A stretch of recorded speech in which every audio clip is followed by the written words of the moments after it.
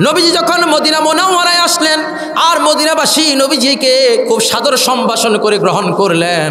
আমার নবীজির আদর্শ, নবীজির সিরাত সুরাত, নবীজির তাকওয়া, নবীজির আদব, নবীজির আখলাক, নবীজির আচরণে মদিনার ইহুদিরা নবীজির প্রতি অনুপ্রাণিত হয়ে দলে দলে আমার নবীজির হাতে হাত রেখে তারা মুসলমান হওয়া শুরু হয়ে গেল।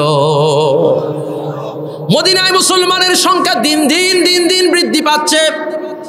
এদিকে মদিনার বনু কাইনুকা, বনি নজির সহকারে বিভিন্ন গোত্রের যে গোত্রপতিরা আছে তারা বিষয়গুলো ভালো চোখে দেখতেছে না। কথা কন না, ভালো চোখে দেখেন না।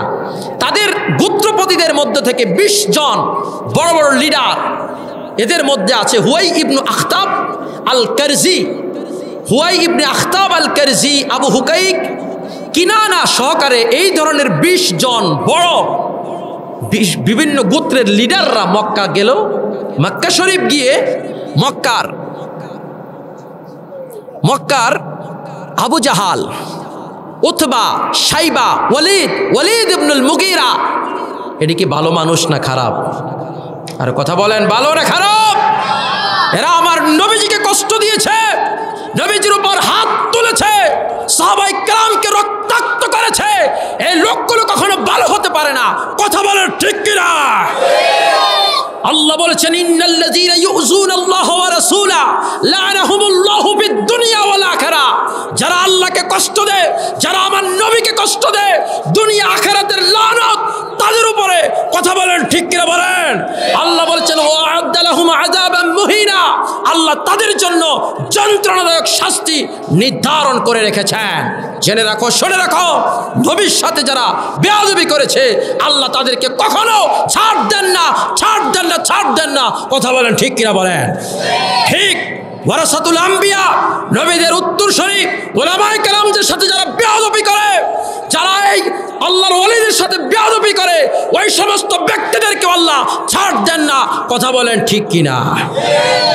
হাজরিন, তারা মক্কাতে গেল। মক্কা গিয়ে বলল, আবু জাহাল, অথবা শাইবা, আবু সুফিয়ান, তোমরা কি জানো মুহাম্মদকে তোমরা মক্কা থেকে তাড়িয়ে দিয়েছো? আর সে মদিনা মুনাওয়ারায় গিয়ে তার হাতে হাত রেখে মদিনার হাজার হাজার অমুসলিম ইহুদিরা তার ধর্মে দীক্ষিত হয়ে ইসলাম ধর্ম গ্রহণ করে মুসলমান হয়ে যাচ্ছে। বলে সে আমাদের শত্রু, আমাদের বাপ দাদার ধর্মকে সে কলঙ্কিত করেছে। মদিনার ইহুদি কাবিলাগুলো, গোত্রগুলো বলল যে তোমরা মক্কাবাসী মদিনা আক্রমণ করতে আসবে। নাউজুবিল্লাহ বলবেন, মদিনা আক্রমণ করতে আসবে। আমাদের মদিনার ইহুদি কাবিলাগুলো তোমাদেরকে সৈন্য দিয়ে, অর্থ দিয়ে সকল প্রকারের সহযোগিতা করব। মুহাম্মদ সাল্লাল্লাহু আলাইহি সাল্লাম এবং ইসলামকে নির্মূল করে দেওয়ার জন্য যতটুকু করা দরকার আমরা করব। নাউজুবিল্লাহ বলবেন না। শয়তানদের চক্রান্ত কঠিন না দুর্বল? শয়তানের চক্রান্ত না, শয়তানের চক্রান্ত কখনো কঠিন হতে পারে না। ইন্না কাইদা শাইতানি দাঈফ, শয়তানের চক্রান্ত একেবারে দুর্বল। এই সিদ্ধান্ত চলে গেল মদিনার ইহুদি সর্দাররা। এদিকে আবু জাহাল, উতবা, শাইবা তারা মক্কা শরীফ থেকে 600 ওট নিয়ে, সৈন্য সামন্ত নিয়ে, তারা পর্যাপ্ত পরিমাণ যুদ্ধাস্ত্র নিয়ে তারা মদিনা আক্রমণ করবে। ওইদিকে মদিনার ইহুদি কাবিলাগুলো তাদেরকে সৈন্য দিয়ে, অর্থ দিয়ে সহযোগিতা করবে, কমিটমেন্ট দিয়ে গেছে। আমার নবীজির কাছে খবর পৌঁছে গেছে। নবীজি, বুখারী শরীফের হাদিস, নবীজি বললেন, মাইয়াতিনি বিখবরিল কওম। এই যে মদিনার ইহুদি গোত্রগুলো আমার বিরুদ্ধে চক্রান্ত করেছে, তারা যে মদিনা আক্রমণ করবে, এর আপডেট নিউজগুলো কে দিতে পারবে? সুবহানাল্লাহ কইবেন না? ক্বালা যুবাইর আনা ইয়া রাসূলুল্লাহ। নবীজির একজন সাহাবী যার নাম যুবাইর ইবনু আওয়াম, তিনি বললেন, ইয়া রাসূলুল্লাহ, ইয়া হাবিবাল্লাহ, আমি আপনাকে গুপ্তচরের সংবাদগুলো দিয়ে দিব। নবীজি খুশি হয়ে গেলেন। আবার নবীজি বলে দিলেন, ইন্না লিকুল্লি নাবিয়্যিন হাওয়ারিয়া, নিশ্চয় প্রত্যেকটা নবীর একজন গোপন সংবাদ দানকারী ব্যক্তি থাকে। ও হাওয়ারিয়া আজ-জুবাইর ইবনু আওয়াম, আর আমার হাওয়ারি হলো জুবাইর ইবনু আওয়াম। আল্লাহু আকবার বলেন। জুবাইর ইবনু আওয়ামকে নবী নিজের হাওয়ারি হিসেবে বানিয়ে ফেললেন। গোপন সংবাদ দেওয়ার নিকটতম সহচর আল্লাহ নবীজি জুবাইর ইবনে আওয়ামকে বানিয়ে নিলেন, বলি সুবহানাল্লাহ। মুসলমান কখনো চুপ থাকতে পারে না। অন্যায়ের বিরুদ্ধে মুসলমান সব সময় সোচ্চার থাকতে হয়। কথা বলেন ঠিক কিনা বলেন? শাহজালাল মুজাররিদি ইয়ামিন রহমাতুল্লাহ আলাইহি সিলেটের জমিনে ঘুমিয়ে আছেন। যেই তরবারি নিয়ে এসেছেন সেই তরবারি এখনো আছে, এখনো সেই তরবারিতে জং ধরে নাই। কথা বলেন ঠিক কিনা বলেন? আজ আমরা মুসলমানরা ঘুমিয়ে আছি, নিজের নবীর আদর্শ, ইসলামের কৃষ্টি কালচার, সভ্যতাকে বাদ দিয়ে শয়তানি আদর্শকে অনুসরণ করে আজকে আমরা দিন থেকে ভুলে গেছি। যুদ্ধকে আমরা আজকে ভুলে গেছি। দিন প্রতিষ্ঠায় একজন মুসলমানের কি অবদান সেটা আমরা ভুলে গেছি। কথা বলেন ঠিক কিনা বলেন? তলোয়ারে বাকাত হো কি নিকাল ময়দানে আসির, তলোয়ারে বাকাত হো কি নিকাল ময়দানে আসির, दुश्मन की मुकाबिल तो लगा नारा-ए तकबीर, दुश्मन की मुकाबिल तो लगा नारा-ए तकबीर। तू मर्द मुसलमान हो, तू मर्द मुसलमान, एक हाथ में तलवार हो एक हाथ में कुरान, एक हाथ में तलवार हो एक हाथ में कुरान। আল্লাহু আকবার বলেন। আর যদি এক হাতে আমাদের তরবারি থাকতো আর এক হাতে যদি আমার আল্লাহর কোরআন থাকতো, পৃথিবীর সকল নাস্তিক, কাফির, মুশরিক, বেঈমান, বেদিন আজকে মুসলমানের পায়ের নিচে থাকতো। কথা বলেন ঠিক কিনা? আজকে আমাদের ফিলিস্তিনের ভাইরা মার খাওয়া লাগতো না, আফগানিস্তানের ভাইরা মার খাওয়া লাগতো না, সিরিয়ার ভাইরা মার খাওয়া লাগতো না, লিবিয়ার ভাইরা মার খাওয়া লাগতো না, বসনিয়ার ভাইরা মার খাওয়া লাগতো না, কাশ্মীরের মুসলমানরা মার খাওয়া লাগতো না, ভারতের মুসলমানরা মার খাওয়া লাগতো না, আমাদের বাবরি মসজিদ দখল হতো না। আজকে সমস্ত অমুসলিমরা মুসলমানদের হাতে যদি তলোয়ার থাকতো আর এক হাতে কোরআন থাকতো, আজকে সারা পৃথিবীর সমস্ত কাফের মুশরিকরা মাথা নত করে মুসলমানের পায়ের নিচে থাকতো। কথা বলেন ঠিক কিনা? হাজরিন, নিজেদের আদর্শকে ভুলে গেছি, রাসূলের সুন্নতকে আমরা ভুলে গেছি, যার কারণে গোটা বিশ্বব্যাপী আল কুফরু মিল্লাতু ওয়াহিদ, কাফেররা একজোট হয়ে মুসলমানদের উপর আক্রমণ করছে। কথা বলেন ঠিক কিনা বলেন? জেনে রাখুন, শুনে রাখুন, আমার নবীজিকে যখন এই ধরনের চক্রান্ত করল, নবীজি বয়োজ্যেষ্ঠ সাহাবী সালমান ফারিসি রাদিয়াল্লাহু তাআলা আনহুকে ডাক দিলেন। সালমান ফারিসি রাদিয়াল্লাহু তাআলা আনহু আমার নবীজির ডাকে সাড়া দিয়ে পরামর্শ দিলেন, গো নবী, মদিনার এক পাশে কিছু গাছগাছালি আছে আর কিছু পাহাড় আছে, এদিক দিয়ে কাফেররা ঢুকতে পারবে না। আপনি আর বাকি পাশগুলো, এই পাশগুলোর মধ্যে দিয়ে আপনি বড় করে গর্ত খনন করেন। সুবহানাল্লাহ কন না? এত বড় বড় করে গর্ত খনন করবেন যার কারণে কাফেররা গর্তের কাছে এসে তারা আর ভিতরে ঢুকতে পারবে না। নবীজির পরামর্শক্রমে আল্লাহর হাবিব মদিনার সাহাবায়ে কেরাম, আনসার এবং মুহাজির সাহাবায়ে কেরামের মধ্য দিয়ে ওই গর্ত খননের কাজে লাগিয়ে দিলেন। এক একজন সাহাবীর ভাগে এক হাত দুই হাত নয়, এক একজন সাহাবীর হাতের মধ্যে বাগের মধ্যে প্রায় 40 হাত করে গর্ত পড়েছিল। বলি সুবহানাল্লাহ।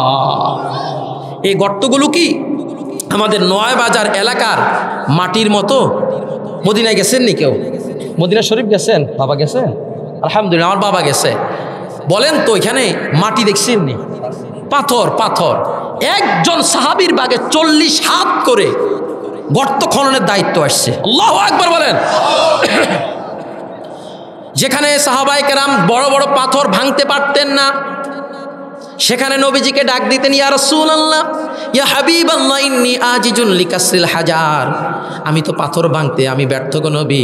আমার নবীজি এসে বিসমিল্লাহি আল্লাহু আকবার বলে একটা আঘাত করতেন, পাথরটা ভেঙে টুকরা টুকরা হয়ে যেত। বিসমিল্লাহ। আমার নবীজির গায়ে আল্লাহ রাব্বুল আলামিন একজন দুইজন নয়, জান্নাতি 100 জন যুবকের শক্তি দিয়েছিলেন। আল্লাহু আকবার বলেন। একাই তিনি সমস্ত কাফেরদের বিরুদ্ধে যুদ্ধ করার মতো ক্ষমতা, শক্তি, সামর্থ্য আল্লাহ আমার নবীজিকে দিয়েছেন। কিন্তু আমার নবীজি কখনো নিজের এই শক্তি সামর্থ্য কখনো তিনি দেখান নাই কারো বিরুদ্ধে, বলে সুবহানাল্লাহ। আমার নবীজি সবসময় আল্লাহর কাছে দোয়া করতেন, আল্লাহুম্মা জাআলনি সবুরা, আল্লাহ আপনি আমাকে ধৈর্যশীল বানান, ওয়াজআলনি শাকুরা, ওগো আল্লাহ আপনি আমাকে কৃতজ্ঞশীল বানান, ওয়াজআলনি ফি আইনি সগীরা, ওগো আল্লাহ আপনি আমার চোখে আমাকে ছোট করে রাখুন, ওয়া ফি আয়ুনিন নাসি কাবীরা, আর মানুষের চোখে আল্লাহ আপনি আমাকে বড় করে রাখেন। আল্লাহু আকবার বলেন। আমার নবীজির সুন্নাতকে কেমন করে আঁকড়ে ধরতেন, হাদিস থেকে ছোট্ট দুইটা উদাহরণ আপনাদেরকে দিচ্ছি, শুনবেন তো ইনশাআল্লাহ। এক হলো খলিফাতুল মুসলিমিন হযরত ওমর ইবনুল খাত্তাব রাদিয়াল্লাহু তাআলা আনহু, তার শাসনামলে হযরত হুযায়ফা ইবনুল ইয়ামান রাদিয়াল্লাহু তাআলা আনহুকে তিনি পারস্যে পাঠাইলেন। কোথায় পাঠাইছেন?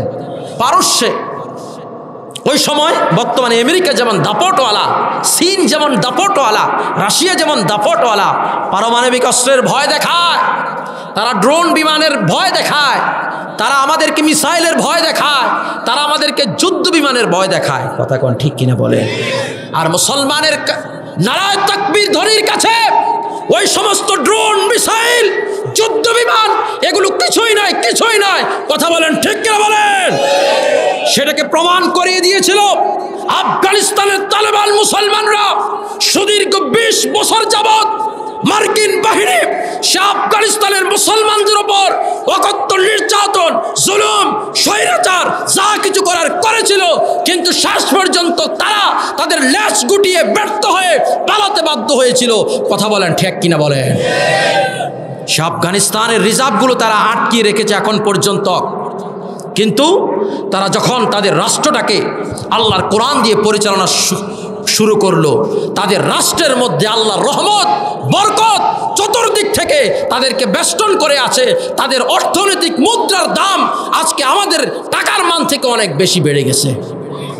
সাহায্য কার পক্ষ থেকে? সাহায্য কার পক্ষ থেকে? আল্লাহর পক্ষ থেকে। আল্লাহ বলেছেন, ওয়ালাউ আন্না আহলাল কুরা আমানু ওয়াত্তাকাউ লাফাতাহনা আলাইহিম বারাকাতিম মিনাস সামাই ওয়াল আরদ। জনপদের অধিবাসীরা যদি আল্লাহকে ভয় করত, আল্লাহর পরিমাণ আনতো, আর আল্লাহর পথে তারা চলতাম, আমরা সবাই যদি আল্লাহর কথা অনুযায়ী চলতাম, আমার রাসূলের আদর্শ অনুসরণ করে চলতাম, আল্লাহ আসমানের জমিনের সকল বরকতের দরজাগুলো খুলে দিতেন। এই পৃথিবীতে কোনো অভাব, অনটন, দুঃখ, দুর্দশা থাকতো না। আল্লাহু আকবার বলেন। প্যারে হাজিরিন, ওই সময় ওমর রাদিয়াল্লাহু তাআলা আনহু হুযায়ফাতুল ইয়ামান রাদিয়াল্লাহু তাআলা আনহুকে পারস্যে পাঠালেন। পারস্য ছিল আগুন পূজারীদের দখলে। আমরা আল্লাহর ইবাদত করি, হিন্দুরা মূর্তির পূজা করে, কিছু মানুষ আছে গাছের পূজা করে, কিছু তারা পাথরের পূজা করে, কিছু আছে আগুনের পূজা করে, কিছু সূর্যের পূজা করে, আছে না ভাই? কিছু তুলসী গাছের পূজা করে। পারস্যের তারা ছিল অগ্নি উপাসক, আগুনের পূজা করত, মুশরিক। হুযায়ফা রাদিয়াল্লাহু তাআলা আনহু সৈন্যবাহিনী নিয়ে মদিনা থেকে পারস্যে গেলেন, আর সেই অগ্নি উপাসকদের বিরুদ্ধে যুদ্ধ করার পরে আল্লাহ পাক হুযায়ফার হাত ধরে ইসলাম এবং মুসলমানদেরকে চূড়ান্ত বিজয় দান করেছেন। জোরে বলেন না সুবহানাল্লাহ। চূড়ান্ত বিজয় দান করেছেন। চূড়ান্ত বিজয় পেয়ে এতদিন ছিল রাজপ্রাসাদ অগ্নি উপাসকদের দখলে, এখন চলে এসেছে মুসলমানদের দখলে। হযরত হুযায়ফা তিনি রাজদরবারের মধ্যে ঢুকলেন, আর তার সম্মানে অনেক রকমের খাওয়া দাওয়ার আয়োজন করা হলো। খাওয়া দাওয়ার আয়োজন করার জন্য যখন রেডি করা হলো, হুযায়ফাকে ডাকা হলো, ইয়া আমিরুল মুমিনিন, ও মুসলমানদের নেতা, আপনি আসুন, খাওয়ার জন্য আসুন। হযরত হুযায়ফা রাদিয়াল্লাহু তাআলা আনহু তিনি খানা খাইতে আসলেন। খানা খেতে এসে তিনি বলেন যে, আমার জন্য দস্তরখান আনো। সুবহানাল্লাহ। কি আনো? দস্তরখান। দস্তরখান হলো একটা বিশেষ একটা কাপড়, যেটা খাদ্যের প্লেটের নিচে দেওয়া হয়। এটা আমার নবীজির সুন্নাত। হিকমত হলো খানা খেতে গিয়ে যদি সামান্য পরিমাণ খাদ্য পড়ে যায়, মুমিন সেটাকে তুলে খেয়ে ফেলবে। সুবহানাল্লাহ কন্যা। নবীজি আমার বলেছেন, আমার কোনো উম্মত খানা খাওয়ার সময় যদি সামান্য পরিমাণ খাদ্য তার নিচে পড়ে যায়, আর যদি সেই মুমিন সেই রিজিকটাকে সে যদি আল্লাহ পাকের একটা রিজিক মনে করে সে যদি এটাকে উঠাইয়া খেয়ে ফেলে, আল্লাহ তার রিজিক এবং কলবের মধ্যে নূর পয়দা করে দেন। হুযায়ফা বললেন যে আমার জন্য দস্তরখান আনো। দস্তরখান আনা হলো।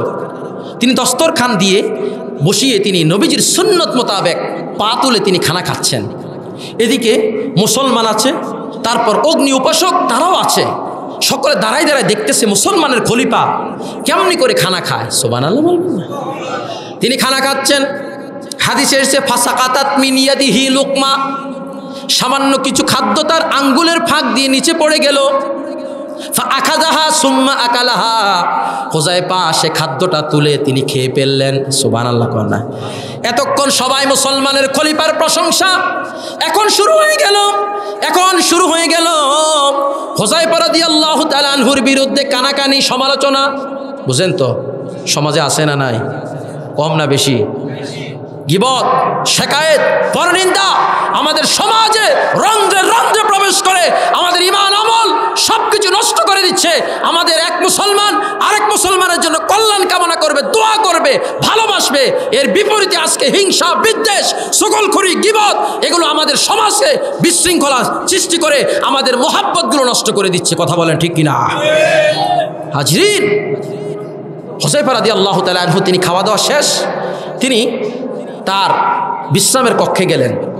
মুসলমানের কিছু কাছের যিনি হুযায়ফা রাদিয়াল্লাহু তাআলা আনহুর কাছাকাছি কয়েকজন গিয়ে বলেন, হুজুর আপনার খাওয়া দাওয়া, আপনার আচার আচরণ সব কিছু অগ্নি উপাসকদের কাছে খুব পছন্দ হয়েছে, তবে হুজুর আপনার জন্য এত রকমের খাওয়ার আয়োজন করা হয়েছে, খাওয়া তো কম ছিল না, একটু খাদ্য নাহলে পড়েই গেছে, আপনি এটা তুলে খেয়ে পেরেছেন। এটা নিয়ে তারা যথেষ্ট পরিমাণে সমালোচনা শুরু করে দিয়েছে। হুযায়ফা রাদিয়াল্লাহু তাআলা আনহু সুন্দর ছিলেন, চেহারাটা ছিল অনেক গোলগাল, গোলাপের মতো তার চেহারার রং ছিল। সুবহানাল্লাহ বলেন। এই কথাটা বলার সাথে সাথে তার চেহারাটা রক্তবর্ণের হয়ে গেল। তিনি বললেন, হাজা সুন্নাতু রাসূলিল্লাহ, এটা আমার নবীজির একটা সুন্নত। বলে যে আজকে একটা সুন্নতকে তরক করলে কি হতো? এই কথাটা যখন বলল তখন তিনি বললেন, আতরুকু সুন্নাতা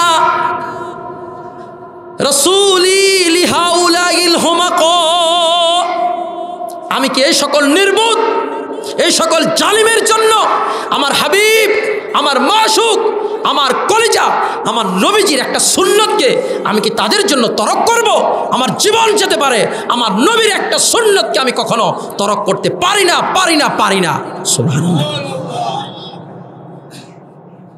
মদিনা শরীফের মধ্যে আমার নবীজির একজন সাহাবী ছিলেন, যেই সাহাবী যার নাম দুই হাদিসের মধ্যে দুইভাবে এসেছে। একটি হাদিসের মধ্যে যার নাম এসেছে হযরত সাদ সালামী রাদিয়াল্লাহু তাআলা আনহু, আরেকটি হাদিসের মধ্যে যার নাম এসেছে হযরত জুলাইবিব রাদিয়াল্লাহু তাআলা আনহু, যিনি ছিলেন একেবারে গরিব। লোকটি বংশ পরিচয় দেওয়ার মতো এত ভালো বংশের ছিলেন না, কালো ছিলেন, মুখে ছিল বসন্তের দাগ। এই সাহাবী আমার নবীজি একদিন মসজিদ নববীতে নবীজি বসা, নবীজির কাছে গিয়ে কান্না বিজড়িত কণ্ঠে চোখ দিয়ে পানি পড়ছে, আর নবীজির কাছে বলল, ইয়া রাসূলুল্লাহ, ইয়া হাবিবাল্লাহ, আমি সাদ কি জান্নাতে যেতে পারবো না? নবীজি বললেন, কি ব্যাপার সাদ, তুমি কি আমার রক্ত জরা দ্বীনের কালিমা কি গ্রহণ করো নাই? সাদ বলল, ইয়া রাসূলুল্লাহ, ইয়া হাবিবাল্লাহ, ওয়াল্লাযী বা'সাকা বিল হাক্কি নাবিয়্যা, যে আল্লাহ আপনাকে সত্য নবী করে পাঠিয়েছেন, লাকাদ শাহিদতু আল্লা ইলাহা ইল্লাল্লাহু ওয়া আন্না মুহাম্মাদার রাসূলুল্লাহ ক্বাবলা আন আজলিসা ফি হাযাল মাজলিসি বিসামানিয়াতি আশহুর, আপনার এই বরকতপূর্ণ মদিনা মুনাওয়ারায় দরবারে আসার 8 মাস পূর্বে আপনার রক্তজরা কালিমা আমি গ্রহণ করে নিয়েছি। বলি সুবহানাল্লাহ। নবীজি বললেন, সাদ, আমার রক্ত যারা দিন গ্রহণ করেছ, তাহলে জান্নাতে যেতে বাধা কোথায়? সুবহানাল্লাহ বলেন। সাদ বলল, ইয়া রাসূলুল্লাহ, ইয়া হাবিবাল্লাহ, ঈমান আনার পরে আপনার প্রত্যেকটা সুন্নাত আমি ফরজের মতো করে পালন করেছি। সুবহানাল্লাহ কান্না। আপনার প্রত্যেকটা সুন্নাত ফরজের মতো করে আমি আমার জীবন দিয়ে আঁকড়ে ধরেছি। তবে নবী, আপনি বলেছেন আন-নিকাহু মিন সুন্নতি ফামার রাগিবা আন সুন্নতি ফালাইসা মিন্নি। আপনি বলেছেন বিবাহ শাদী আপনার পবিত্র একটা সুন্নাত, আর যেই সুন্নতটাকে অগ্রাহ্য করবে আপনি বলেছেন সে আপনার উম্মত নয়, উম্মত নয়। কথা বুঝছেন কি না? বিয়ে করা কার সুন্নাত? আমার নবীর সুন্নাত। বলেন না কার সুন্নাত? আমার নবীর সুন্নাত, নবীর তরিকা। তখন নবীজি বলতেছে, ব্যাপার কি? বলে, নবী, ঈমান আনার পরে মদিনার প্রত্যেকটা ঘরে ঘরে 8 মাস ধরে যাদের ঘরে মেয়ে আসে আমি তাদের কাছে গিয়ে বললাম আপনার মেয়েটা আমার কাছে বিয়ে দেন, কিন্তু মদিনার কোনো মুসলমান তাদের মেয়েটাকে আমার কাছে বিয়ে দিতে রাজি হয় না। আমি কালো, আমার বংশ নাই, আমার অর্থ নাই, আমি গরিব মানুষ, তাই বলে আমি আপনার একটা সুন্নতকে পালন করতে পারছি না গো নবী। আপনার এই একটা সুন্নতকে পালন করতে না পারার কারণে আমার ভয় হচ্ছে আল্লাহ আমাকে জান্নাত দেয় কিনা নাকি জাহান্নামের মধ্যে নিক্ষেপ করে দেয়। আল্লাহু আকবার বলেন। কেমন তাদের মধ্যে নবীর প্রীতি, প্রেম, ভালোবাসা ছিল। রাসূলুল্লাহ সাল্লাল্লাহু আলাইহি ওয়াসাল্লাম বললেন, ইয়া সাদ, ও সাদ। সাদ বলল, লাব্বাইক সাদাইকা ইয়া রাসূলুল্লাহ, আমি হাজির।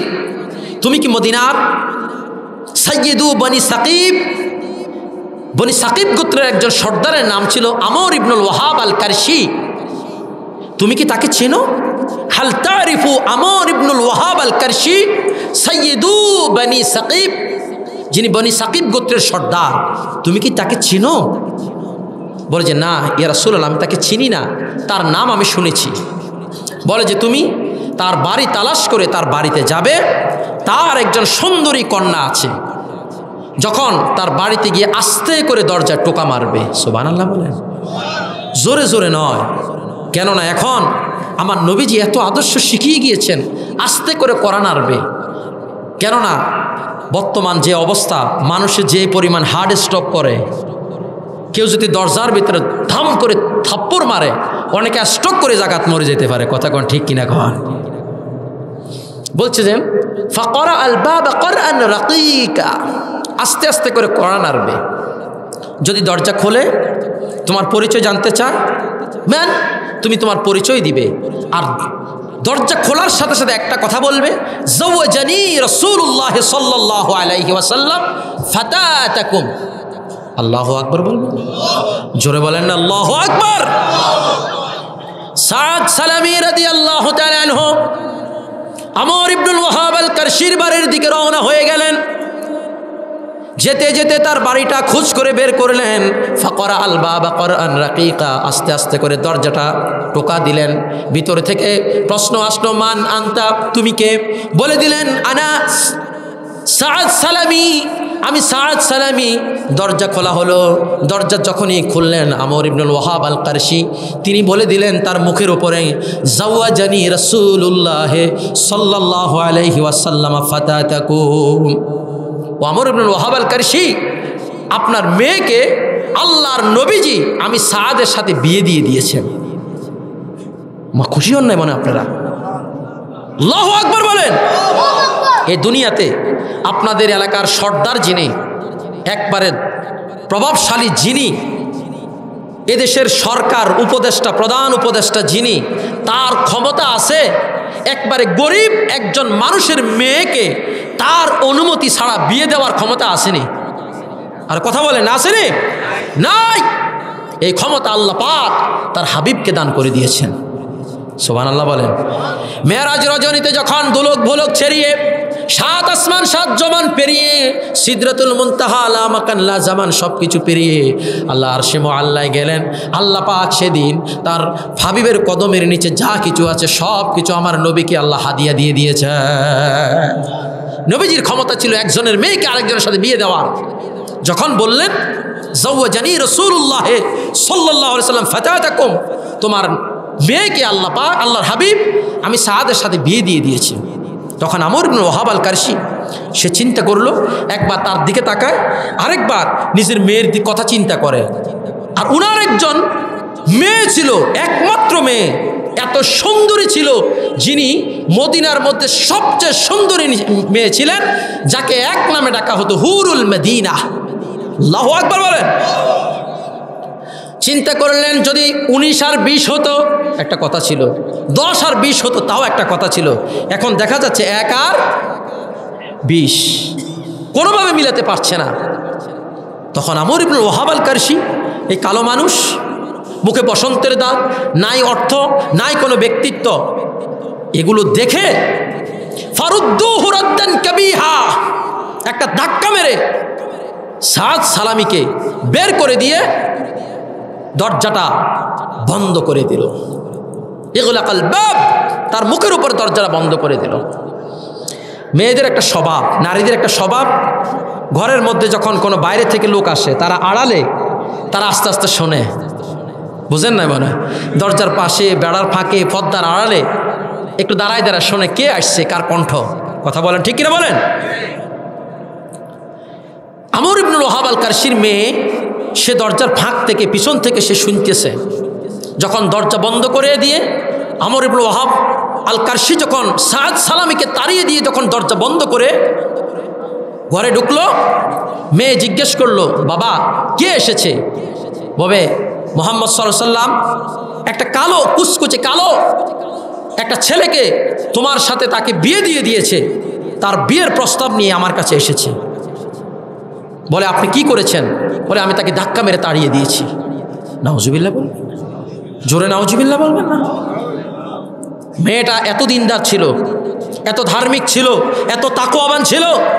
মেয়েটা তার বাবাকে বললেন, ইয়া আবাকা আন্নাজাত আন্নাজাত, ও আমার বাবা, মুহাম্মদ সাল্লাল্লাহু আলাইহি ওয়াসাল্লাম আমার জন্য যাকে পাত্র করে পাঠিয়েছেন, আমি আমার রূপ সৌন্দর্য সব কিছু বিলীন করে দিয়ে আমি তাকে স্বামী হিসেবে গ্রহণ করে নিলাম। আর আপনি তাকে তাড়িয়ে দিয়ে নিজের জন্য জান্নাতকে হারাম করলেন, জাহান্নামকে ওয়াজিব করে নিলেন। যান এই মুহূর্তে আমার নবীর কাছে গিয়ে আপনি ক্ষমা চান। এ কথা যখন বলল, আমর ইবনে ওয়াহাব আল কারশির হৃদয়ের মধ্যে অনুভূতি জাগ্রত হলো, আমি কি করলাম? ফাফাতাহাল বাব, মুহূর্তের মধ্যে দরজাটা খুলে দৌড় মেরে নবীজির কাছে গেলেন।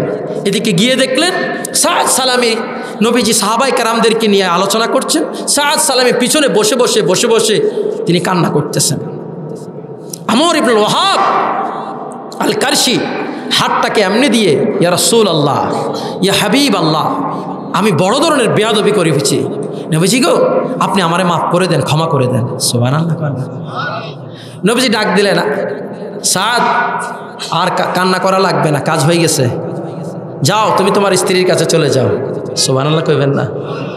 নবীজি বলে দিলেন, সাদ স্ত্রীর কাছে যে যাবে, যাওয়ার আগে তো একটা শর্ত আছে, তোমার জন্য আমি 600 দিরহাম তোমার স্ত্রীর মোহর নির্ধারণ করে দিলাম আমি নবীজি। সাদ বলে, নবী আপনি তো জানেন 600 দিরহাম তো দূরের কথা, 6 দিরহাম তো দূরের কথা, 1 দিরহামও নবী আমার কাছে নাই। আপনি জানেন আমি মদিনার মধ্যে সবচেয়ে গরিব গো নবী, তাহলে তো আপনি তো আবার আটকাই দিলেন আমার বিয়েটা। সুবহানাল্লাহ কন্যা। নবীজি ডাক দিলেন, ইয়া উসমান, আইনা উসমান। উসমান বললেন, লাব্বাইকা ওয়া সাদাইকা ইয়া রাসূলুল্লাহ। নবী আমি হাজির, সাদের বিয়ের মোহরের জন্য 200 দিরহাম দাও। হাদিসে এসেছে ফাআতাহু ওয়া যাদাহু, তিনি 200 দিরহাম দিয়ে ফরজ আদায় করলেন, আরো কিছু অতিরিক্ত দিলেন। সুবহানাল্লাহ কইতেন না? নবীজি আলীকে ডাক দিলেন, আইনা আলী। আলী বললেন, লাব্বাইকা ওয়া সাদাইকা ইয়া রাসূলুল্লাহ। আলীও 200 দিলেন, আরো কিছু বাড়ায়া দিলেন, 400-র বেশি হয়ে গেল। আব্দুর রহমান ইবনে আউফকে ডাক দিলেন, তিনিও হাজির হয়ে গেলেন, তিনিও 200 দিয়ে ফরজ আদায় করলেন, আরো কিছু বেশি দিলেন। কত হয়েছে? আরে বলেন কত হয়েছে? আরে বাজরে মাতো না, কত? 600। এই 600-র বেশি দিরহাম নিয়ে সাদ সালামি রাদিয়াল্লাহু তাআলা আনহু মদিনার বাজারের মধ্যে চলে গেলেন। হাদিসে এসেছে করিরুল আইন, চোখ ধাঁধালো চমৎকার চমৎকার অলংকার জিনিস তার স্ত্রীর জন্য সে মদিনার বাজার থেকে খরচ করতে লাগলো, দেখতে লাগলো। ঠিক ওই মুহূর্তে ফি সিক্কাকিল মদিনা, মদিনার সে বাজারের গলির মধ্যে কে জানি ডাক দিচ্ছে, আন্নাফির আন্নাফির। কাজ হয়ে গেছে। কিসের ডাক? আরে বলেন না, কিসের ডাক? যুদ্ধের ডাক। মদিনার জিন্দেগিতে, নবীজির 10 বছরের জিন্দেগিতে 87টি যুদ্ধ সংগঠিত হয়েছিল। হযরত বিলাল যেভাবে 5 ওয়াক্ত নামাজের জন্য আযান দিতেন, ঠিক মদিনাতে 87 বার এভাবে যুদ্ধের জন্য তিনি আহ্বান করেছিলেন। বলি সুবহানাল্লাহ। আজ আমরা নামাজের আহ্বান করি, যুদ্ধের ডাক শুনলে মুসলমানরা ভয় পাই যায়। কথা বলেন, ঠিক কিনা বলেন? যখন তিনি যুদ্ধের আহ্বান শুনলেন, ডাক শুনলেন,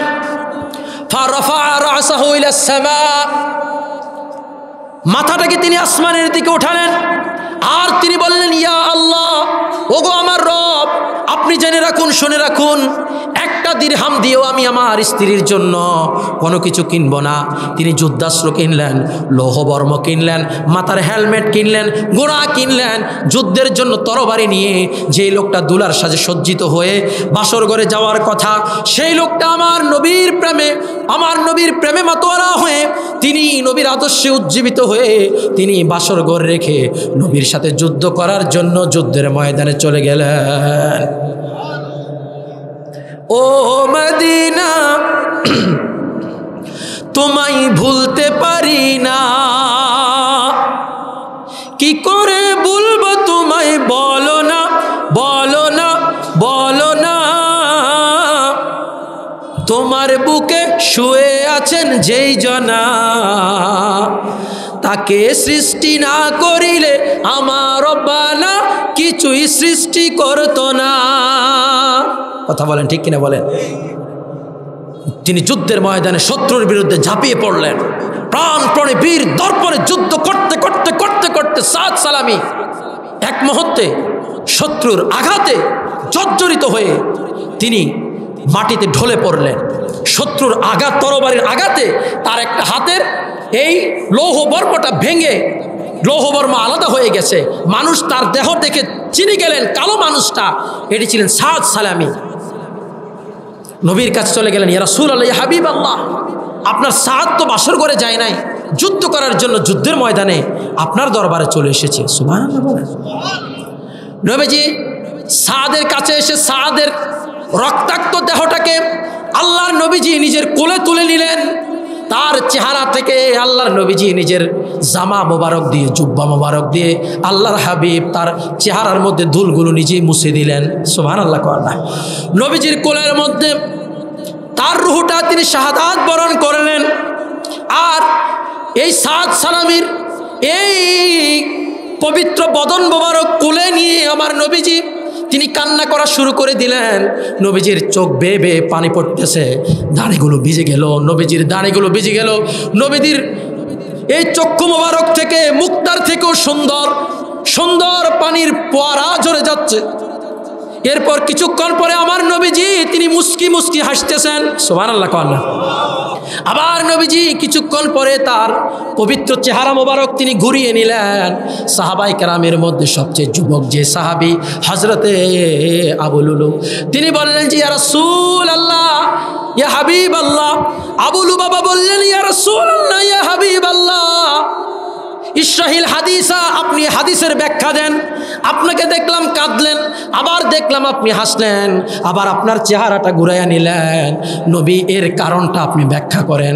নবীজি বলে দিলেন, আবু লুবাবা শুনে রাখো, সাদের জন্য আমি কান্না করেছি এই কারণে, তার বিবাহ আমি নবীজি করিয়ে দিলাম এবং তার বাসরের জন্য মোহর 600 দিরহাম নির্ধারণ করে দিলাম। কিন্তু সেই বাসর ঘরে যাওয়ার পরিবর্তে আমার নবীকে মোহাব্বত করে আমার সাথে যুদ্ধের ময়দানে এসে শাহাদাত হয়ে গেছে, এজন্য আমি নবী কান্না করে দিয়েছি। সুবহানাল্লাহ। 2 নম্বরে আমি মুস্কি হাসলাম এই কারণে, আমি যখন সাদকে কোলে নিয়ে কোলের মধ্যে করে আমি যখন আকাশের দিকে তাকালাম, আমি নবীজি দেখতে পেলাম সরাসরি জান্নাতের মধ্যে আল্লাহ পাক সাদ সালামীর জন্য যে বিশাল রাজপ্রাসাদ আল্লাহ নির্ধারণ করে রেখেছে, আর সেই রাজপ্রাসাদ দেখে আমি নবীজি খুশিতে হেসে দিয়েছি। 3 নাম্বার, আমি চেহারা ঘুরাই ফেললাম এই কারণে, সাহাদের রূহ মুবারক যখন বের হয়ে যাচ্ছে, তার রূহটা গ্রহণ করার জন্য জান্নাতের হুরেরা তারা প্রতিযোগিতা শুরু করে দিল, কার আগে কে ওই সাদের রূহটাকে গ্রহণ করে নেবে। প্রতিযোগিতার কারণে এই হুরেরা যখন দড়িয়ে দড়িয়ে জান্নাত থেকে যখন জমিনের মধ্যে আগমন করা শুরু করে দিল, তাদের সামনের কাপড়গুলো সরে যাচ্ছে।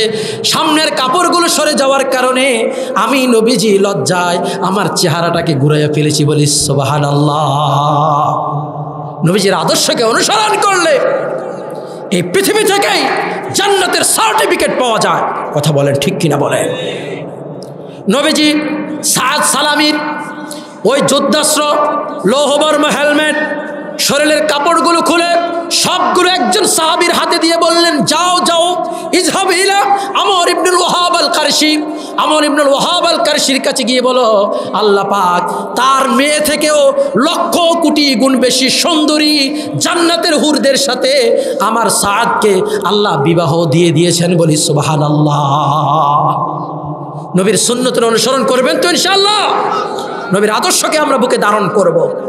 আল্লামা সাহেব কেবলা ফুলতুর রহমতুল্লাহ আলাইহি যে আদর্শ আমাদের মধ্যে রেখে গেছেন, শাহজালাল শাহপরান যে আদর্শ আমাদেরকে শিক্ষা দিয়ে গেছেন, আমরা সেগুলোকে আঁকড়িয়ে ধরবো। ওয়াদ্দু আলাইহা বিন-নওয়াজিস, আমাদের কপালের দাঁত দিয়ে এগুলোকে শক্ত করে আমরা ধরবো। রাজি আছি তো ইনশাআল্লাহ? আমাদের ঘরগুলোকে নামাজের ঘর, আমাদের ঘরগুলোকে কোরআন তিলাওয়াতের ঘর, জিকিরের ঘর, আমাদের বাচ্চাগুলোকে আমরা দ্বীন শরীয়ত শিক্ষা দিব। সামনে রমজান আসতেছে, আপনাদের প্রত্যেক এলাকায় দারুল কেরাত হয় না? হয় কি না? আপনাদের বাচ্চাগুলোকে সেখানে ভর্তি করিয়ে দিবেন। নিজেরাও রমজানুল মোবারকে দারুল কোরআন শিক্ষা করার জন্য সহি শুদ্ধভাবে দারুল কেরাতে ভর্তি হয়ে যাবেন। আমরা চাই এই সিলেটের জমিনটা আউলিয়া কেরামের খনি, এই সিলেটের জমিনের মধ্যে যারা বসবাস করে সবাই যেন গুনাহমুক্ত হয়ে ওলি হয়ে যেন কবরে যেতে পারে। কথা বলেন ঠিক কিনা বলেন? হাজরিন, নবীজির সুন্নতগুলোকে আমরা শক্ত করে আঁকড়ে ধরে রাখবো। এক ওয়াক্ত নামাজকে আমরা কাজা করব না। রাজি আছি তো ইনশাআল্লাহ? আমরা কখনো হারাম স্পর্শ করব না। আমরা সবসময় হালাল উপার্জন করব, হালাল খাবো। আমার নবীজির প্রতিটা সুন্নতে মোতাহারা মুআত্তাগুলোকে আমরা শক্ত করে আঁকড়ে ধরবো। আগেকার দিনে একজন আরেকজনের ঘরে গেলে চাইতো, ভাই নামাজের জায়গাটা কই, নামাজের মুসল্লাটা কই। কথা কোন ঠিক কিনা বলেন? আর এখন যাই বলে যে ভাই মোবাইলের চার্জারটা কই, মোবাইলের আপনার ওয়াইফাইয়ের পাসওয়ার্ড কই। কথা কন না? আমরা মডার্ন হয়েছি। কি হয়েছি? মডার্ন হয়ে হয়ে আমাদের ইমান আমল সব নষ্ট হয়ে যাচ্ছে, বরবাদ হয়ে যাচ্ছে। আল্লাহ আমাদেরকে এই ধরনের পশ্চিমা সভ্যতা, আকাশ সংস্কৃতির আগ্রাসন থেকে হেফাজত করে আমার নবীজির পবিত্র সুন্নাতগুলো যেগুলো তিনি রেখে গেছেন, এগুলোকে অনুসরণ করে করে আমরা যেন নেককার দিনদার আল্লাহওয়ালা হয়ে এই পৃথিবী থেকে বিদায় নিতে পারি। বলে আমিন। ওয়া আখির দাওয়ানা আলহামদুলিল্লাহি রাব্বিল আলামিন।